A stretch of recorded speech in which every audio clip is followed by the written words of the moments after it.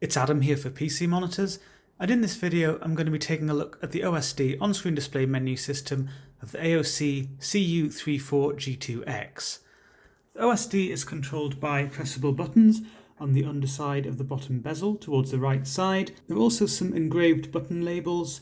They're really pretty faint. In most light they're not really visible, to be honest, so not exactly the best labelling system. I'm pretty used to this from AOC monitors. Quite a few of their monitors have this kind of system, but they kind of just blend in with the matte black from most angles and most lights, but they show you what the buttons do. So the first one there is a source select button. You press that and you can choose the source used by the monitor. You'll see some strange dancing lines. That's not from the monitor itself, that's more away from the camera, just in case you're wondering. So you can select the input used by the monitor. The next button along there is a left arrow that allows you to cycle through the game modes, and I'll show you them when I'm in the main menu system shortly. The third button along, the right arrow, allows you to enable or disable this aim point crosshair, which is a little crosshair in the middle of the screen. You can't change the design, it's just a standard design. You can just turn it on or off using the third button there. And there's the main menu button and a power button. There's also a little power LED, a little triangular shaped white thing, and that's pretty bright but quite small as well, and you can see that from the front. But I know some people don't like to have power LEDs on when the monitor's switched on, and there isn't actually a function in the OSD to disable this, so you could just put a little bit of tape over it if it's really bothering you, but personally I don't find it distracting. I don't really notice it when I'm just using the monitor.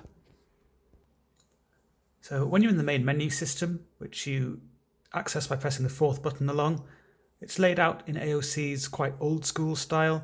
This is the style they've used for many monitors. I think they first started in 2011 with this particular layout, so it doesn't look particularly modern or high-tech or anything like that. But it's got quite a lot of functionality in the OSD. The menu control system is a bit awkward if you're not used to this kind of thing as well, if you're not used to AOC's menus. So there isn't a joystick or anything like that. To cycle left and right, to use those left and right arrow buttons, so the second and third button along, and that's how you navigate to the different sections of the menu. If you want to enter one of those sections, you press the fourth button along, which is the menu button itself, and that gets you deeper into the menu. You can then use your left and right arrows to cycle to the different features, and again the menu button is then enter, so that gets you further in and selects the actual feature itself. Use the arrows again to change the feature, cycle through the different settings. You can see it's highlighted in green there because that's what I've selected. And if you press the first button, which is the source select button, that's exit. If you refer to the manual of the monitor, it does actually go through this. It shows you what each button does, and I know it can be a little bit confusing. There is an alternative which I'll go through shortly called G menu, so software which you can use to control the menu system instead, which I think most people will probably prefer, to be honest. But personally I'm not really too bothered. I'm not in the menu too often, and I'm quite used to this system anyway. So first up, there's the Luminance menu that allows you to change things like the contrast and brightness of the monitor. Eco mode, these are just preset brightness values. So it locks off your brightness and contrast controls. It just sets the brightness to various different values. The reading mode is interesting because it makes things completely monochrome. So you can see the icons there, completely monochrome. My desktop wallpaper had a little bit of colour before. It wasn't very colourful, but that's now become monochrome as well, completely black and white. And you can adjust the brightness according to your preferences with this setting as well. And there's also a setting called uniformity, which is a uniformity compensation setting, which is explored in the review. And as you'll see, that blocks off access to the contrast and brightness controls, so it's quite restrictive, but you can access the colour setup menu and various other aspects of the OSD. There are three different gamma settings, gamma 1, gamma 2 and gamma 3, as explored in the written review. DCR, dynamic contrast ratio, the dynamic contrast function, also explored in the review. HDR mode, these are quite interesting actually. I'm actually running the monitor in SDR at the moment with an SDR signal. If you're using an HDR signal, the options on the menu change completely, and I'll show you that in a bit. But this is just an HDR emulation setting of sorts, so it's got nothing to do with actual HDR, but all these really do is they add a sharpness filter and they slightly boost the saturation. They change the gamma handling basically, and they give you a little bit of a boost in saturation. It's not an extreme boost in saturation, it just gives you a bit of an edge there. There aren't any huge differences between the picture, movie and game settings.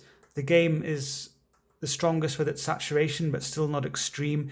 And it's basically achieved using a gamma adjustment, so it isn't the same as a digital saturation boost, which I'll come on to shortly, which affects the shade variety. And coupled with the sharpness filter, I can see some users might quite like the effect of this particular setting. Personally, I don't. I prefer to have it disabled. It looks more accurate and natural to me. And there's nothing HDR, high dynamic range, about this setting. It doesn't use an HDR signal. You aren't benefiting from any enhancements to contrast, signal bit depth, proper use of the color gamut, or anything like that. If you enable HDR, again, excuse the strange little crosshatch patterns and weird dancing lines and stuff. They're just from the camera, not on the monitor itself. Enable HDR. What the monitor will show you changes completely on the OSD. So it says now HDR rather than HDR mode. So this is the actual HDR setting, and you can change that to display HDR, HDR picture, HDR movie, or HDR game. And these are explored in the review, or you can disable HDR.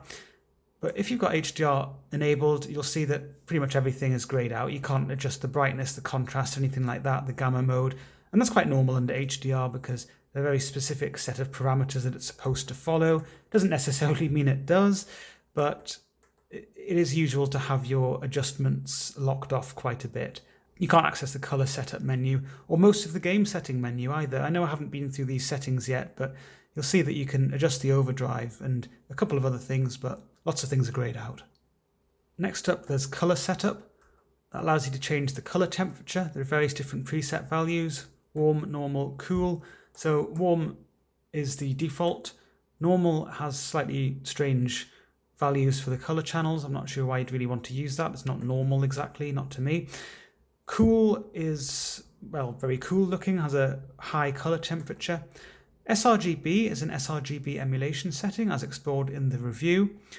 And unlike some sRGB emulation settings, including most of them on AOC monitors that I've used before, the brightness is actually accessible, so you can adjust the brightness at least. So it gives you a bit more flexibility there. And there's the user setting, which allows you to change the red, green and blue color channels manually. There's DCB mode, dynamic color boost, and that oversaturates various different shades. Full enhance just sort of oversaturates everything pretty much. Nature skin concentrates on your red tones. Green oversaturates the greens selectively. Sky blue, the blues selectively.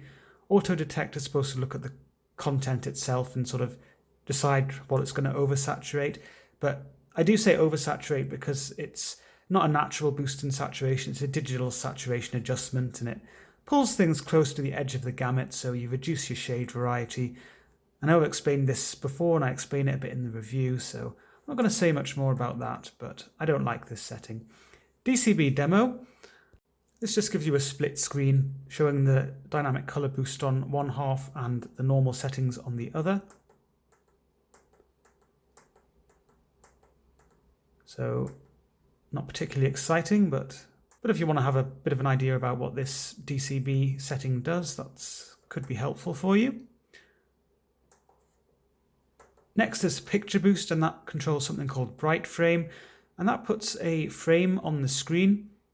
It's in the top left corner, further up than you can actually see in the video just at the moment, but you can adjust the size of the frame and the position.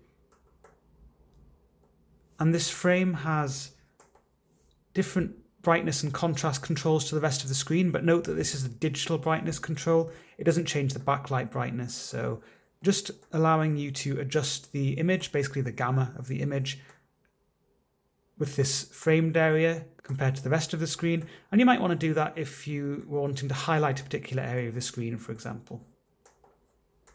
You can also change the horizontal and vertical position of the frame on the screen.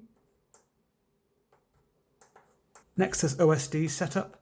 Various different options here. You can change the language that the OSD is displayed in, the timeout period, so how long after the last button press before the menu system will automatically disappear and collapse in for you, or you can just press the source select button a couple of times to exit the menu, if you prefer. DP capability. This allows you to unlock the full capability of the monitor if you're using DisplayPort, but for compatibility purposes you might select 1.1 if you've got an older system which doesn't work with 1.2 or 1.4. You can change the horizontal and vertical position of the OSD on the screen, change the volume of anything connected to the 3.5mm jack of the monitor, adjust the transparency effect on the OSD. There's a break reminder feature, and that will remind you after a given amount of time. I think it's an hour. It'll tell you that you might want to take a break, and then you can just press a button on the screen and the message disappears. So not the most useful feature. It's a bit of a nag, really. PIP, picture-in-picture setting. This allows you to configure the picture-in-picture mode of the monitor or picture-by-picture, PBP. I've only got one source selected, so this isn't going to be particularly interesting, but you can see that you can have one source there and another source for the rest of the screen. That's picture-in-picture. You also notice when I'm moving through this menu system, it is a little bit slow, a bit sort of laggy. It's not the most responsive system in the world. It's also linked to the refresh rate, so if you've got it running at an even lower refresh rate, I'm at 144 Hz now, it can slow it down further, make it feel even more laggy. Or even laggier, I suppose is the correct word to use there. But now with PIP enabled, you can change the main source and the subsource. So you can change what most of the screen is displaying, and you can change the source that's used for that little box there. You can change the size of that box and the position of the box on the screen.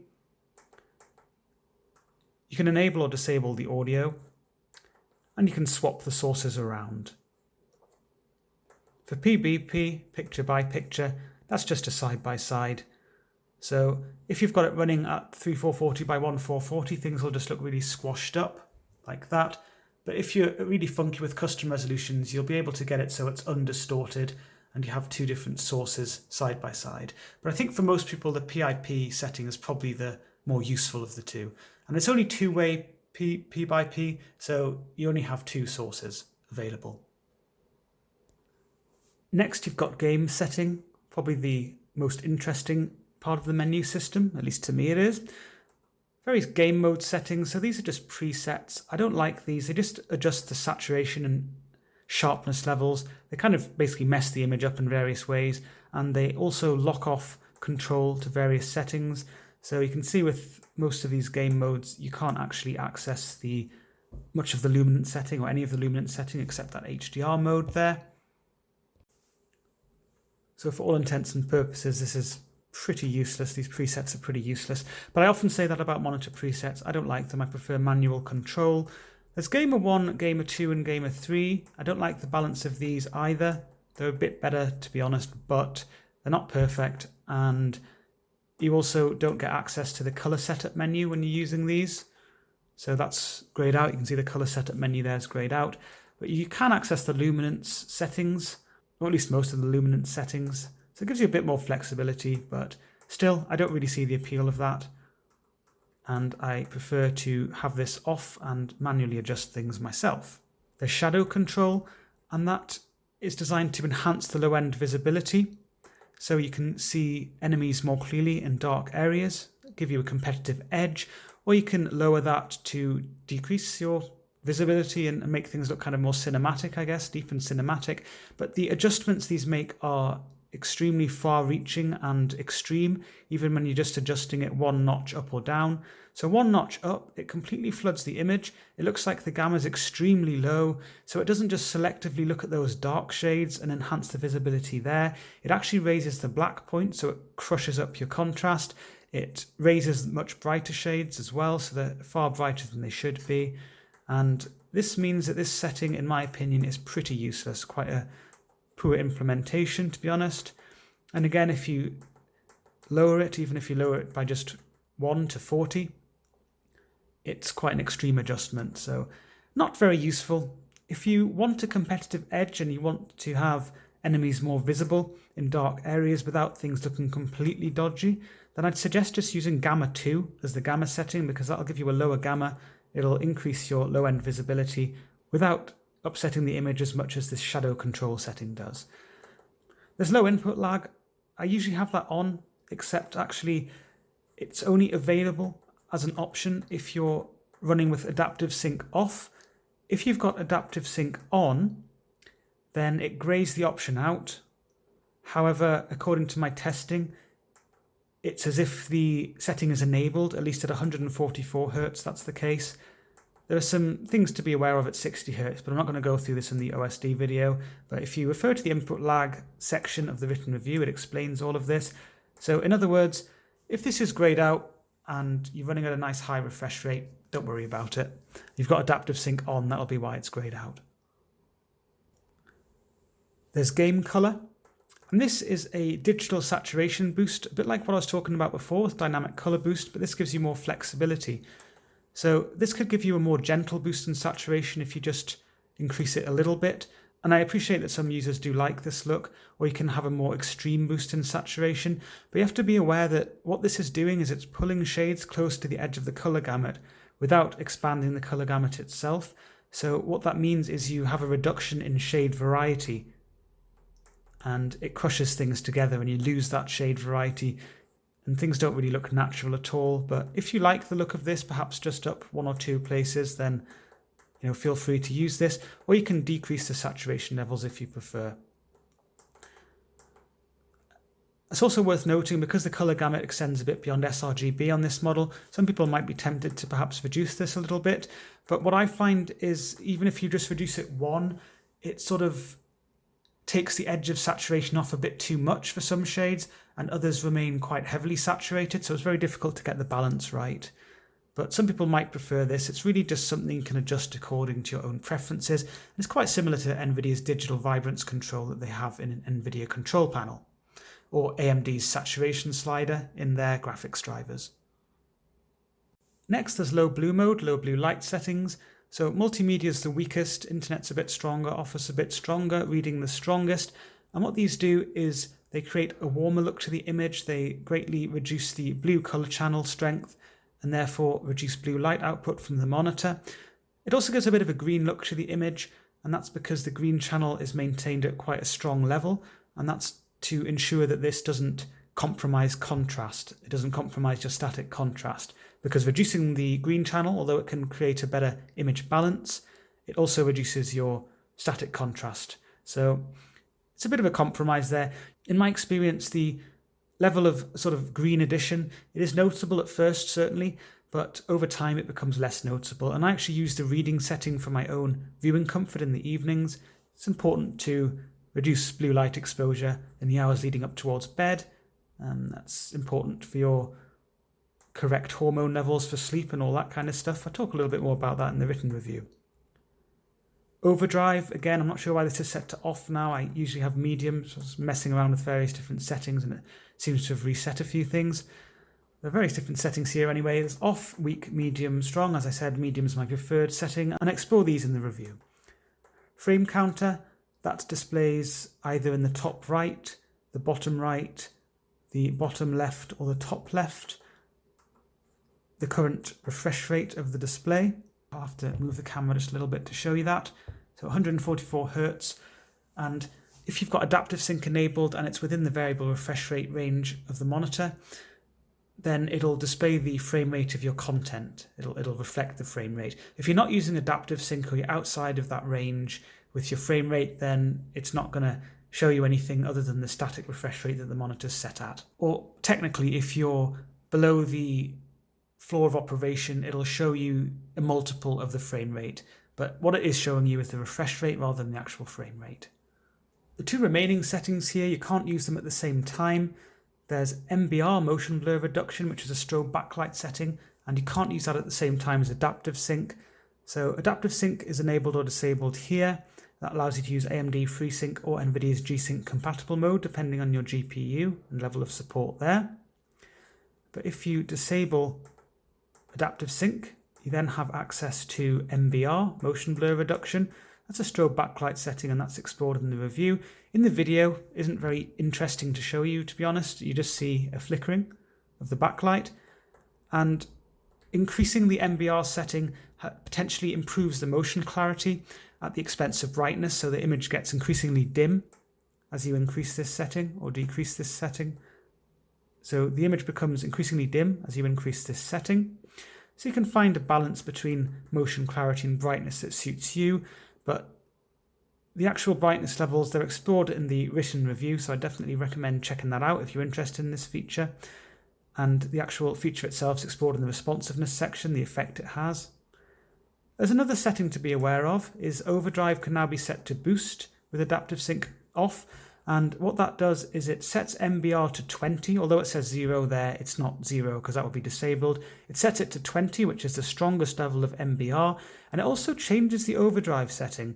And I do explore this in the written review, so I'm not going to go through this again, but it gives you a slightly different balance to what any of the other overdrive settings would give you with MBR active. And finally, there's extra. This has various different settings.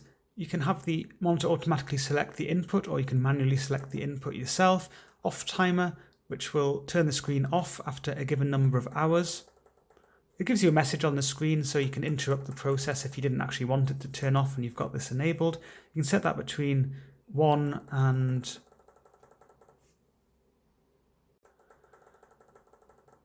24 hours. I could have just scrolled down instead of going through the entire thing there. Sorry about that.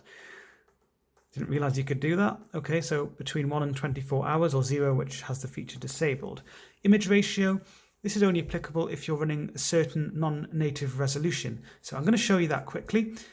Another thing is, if you've got adaptive sync active, then this doesn't actually do anything, the image ratio setting. It's a little bit curious because it does actually ungrey itself out if you're running at a certain resolution which supports this normally, but it won't actually do anything. It won't let you change the image ratio setting from the default of wide anyway.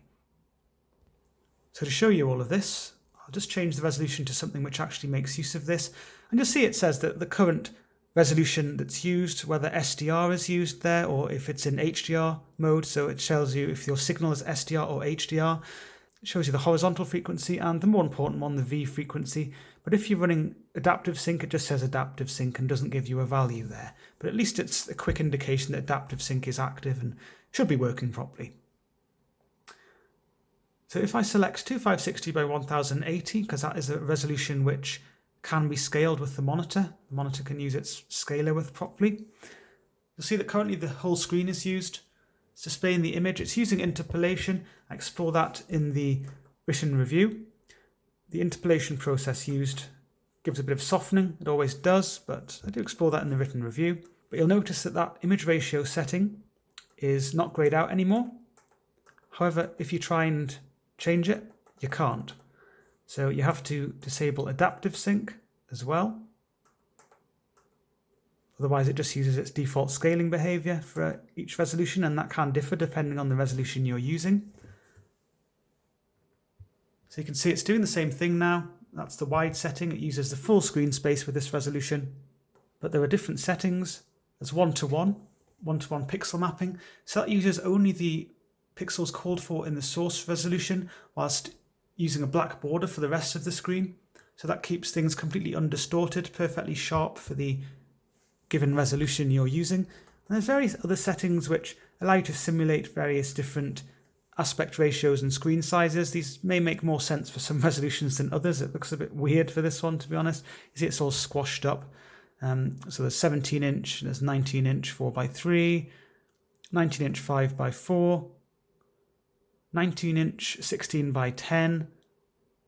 So these tend to make more sense. 21.5 inch 16x9 if you're actually running a resolution of that particular aspect ratio and you want to simulate a certain screen size. That's really what they're for. 22 inch 16x10, 23 inch 16x9, this might go on for a while, 23.6 inch 16x9, 24-inch 16:9. I have no idea how many of these there are. I hope there aren't millions of them. 27-inch 16:9. I'm assuming that's one of the last ones there'll be. And that was the last one. And then wide. Back to wide now. The scaling process is different for different resolutions, as I mentioned. So, slightly weird thing, the Full HD resolution. The Full HD resolution is a bit of a weird one. If you're selecting it and you're running at 144, 120 or 100 Hertz, it'll be, at least with NVIDIA systems, it'll be with what they call the PC list of resolutions. So the second list down rather than the Ultra HD HD SD list. So if you go on this selected at 144 Hertz,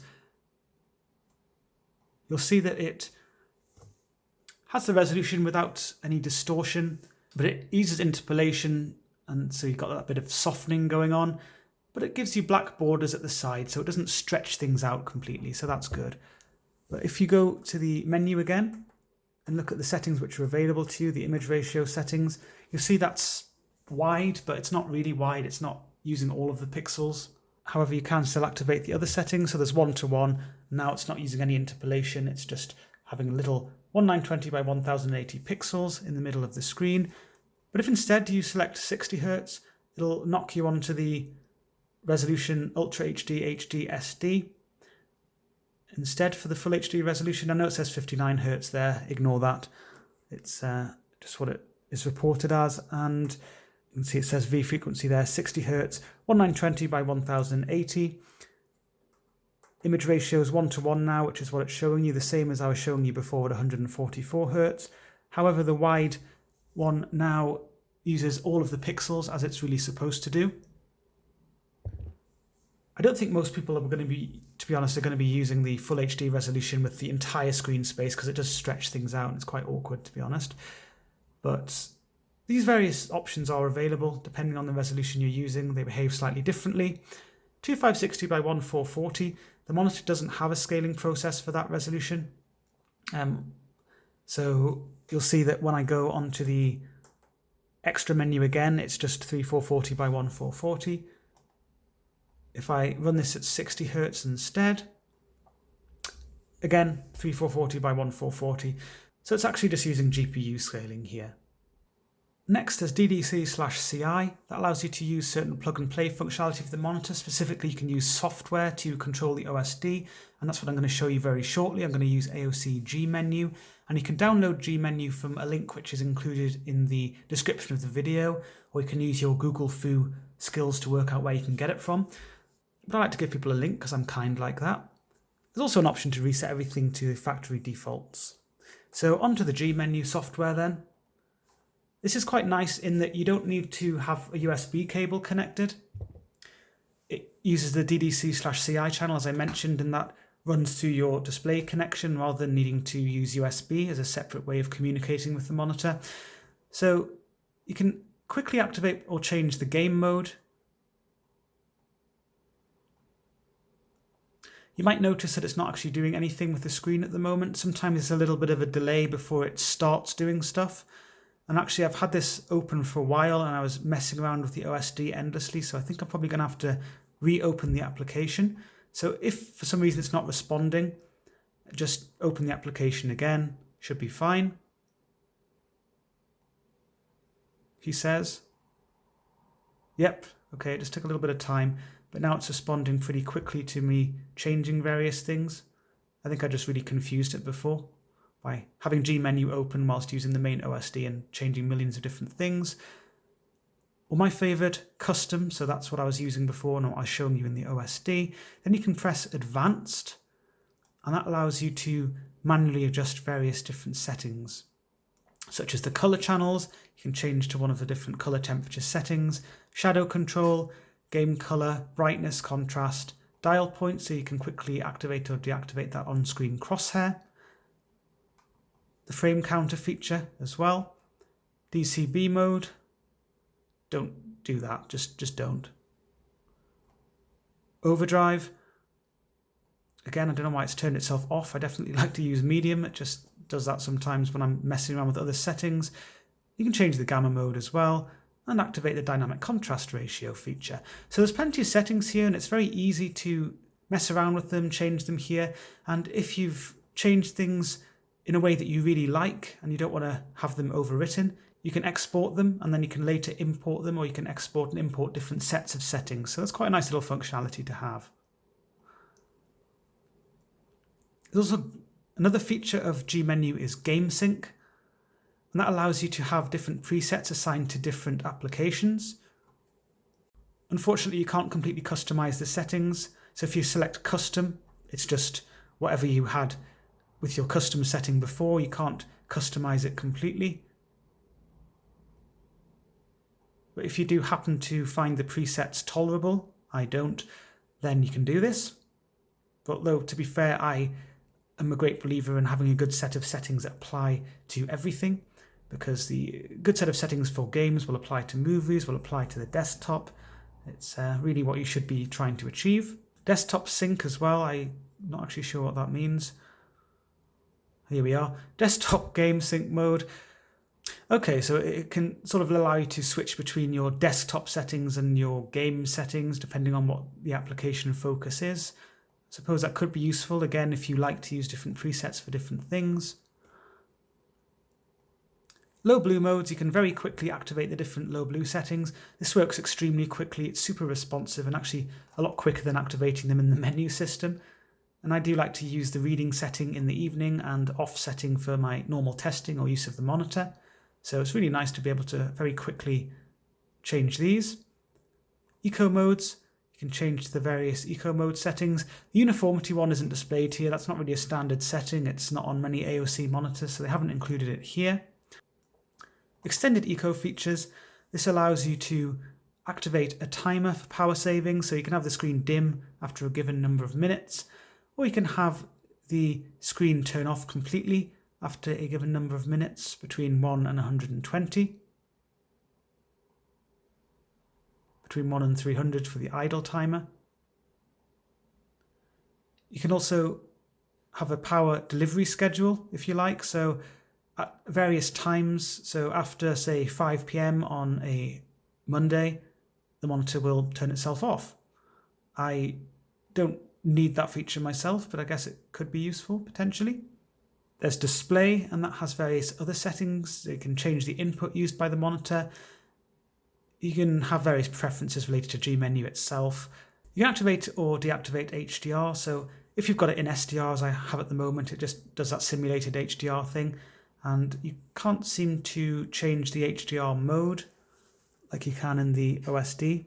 So if you remember in the Luminance section, there's various different HDR modes there. I can't see them there. You can't seem to change them through Gmenu.